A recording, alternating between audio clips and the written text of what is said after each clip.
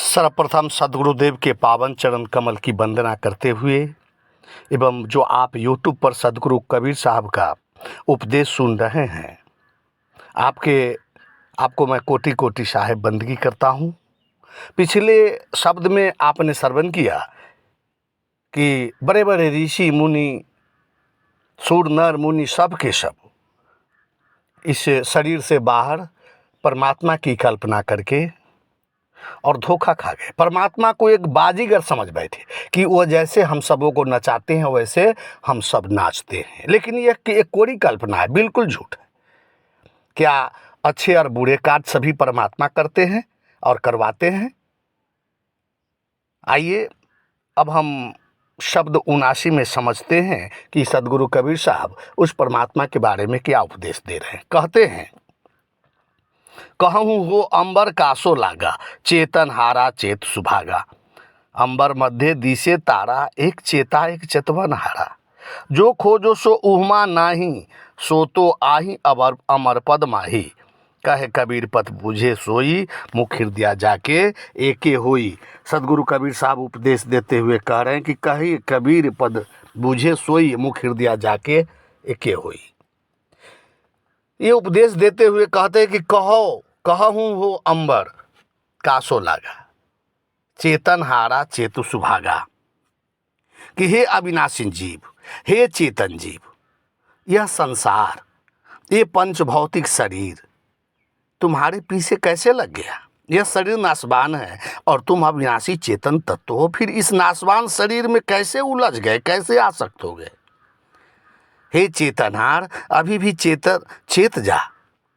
अज्ञान की निद्रा से जागकर मोह और ममता का त्याग कर अपने आप में स्थित हो जा। जिस प्रकार सारे ग्रह, नक्षत्र, तारे आकाश के भीतर दिखते हैं, वैसे ही सारे ज्ञान विज्ञान तुम में है। कहते अंबर मध्य दिसे तारा, ये आकाश के मध्य में सारे ग्रह, नक्षत्र, तारा दिखाई देते हैं।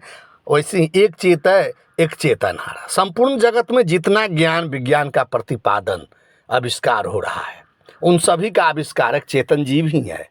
जीव अगर न रहे तो ज्ञान विज्ञान का आधार ही नष्ट हो जाएगा। जीव ही जीव को ज्ञान देकर वैज्ञानिक, डॉक्टर, इंजीनियर इत्यादि बनाता है। एक शिष्य होता है और एक गुरु होता है। एक चेतता है, दूसरा चेताता है। एक पढ़ता है, सीखता है, तो दूसरा पढ़ाता है, सिखाता है। और इसके अलावा बाहर कुछ नहीं है।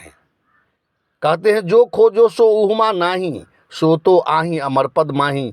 हे अविनाशी चेतन जीव, जो तुम सुख, परम शांति, मोक्ष खोज रहे हो, वो बाहर कहीं आकाश में नहीं है। बाहर में कोई स्वर्ग नहीं, कोई नरक नहीं, क्या आकाश में ये सब नहीं है।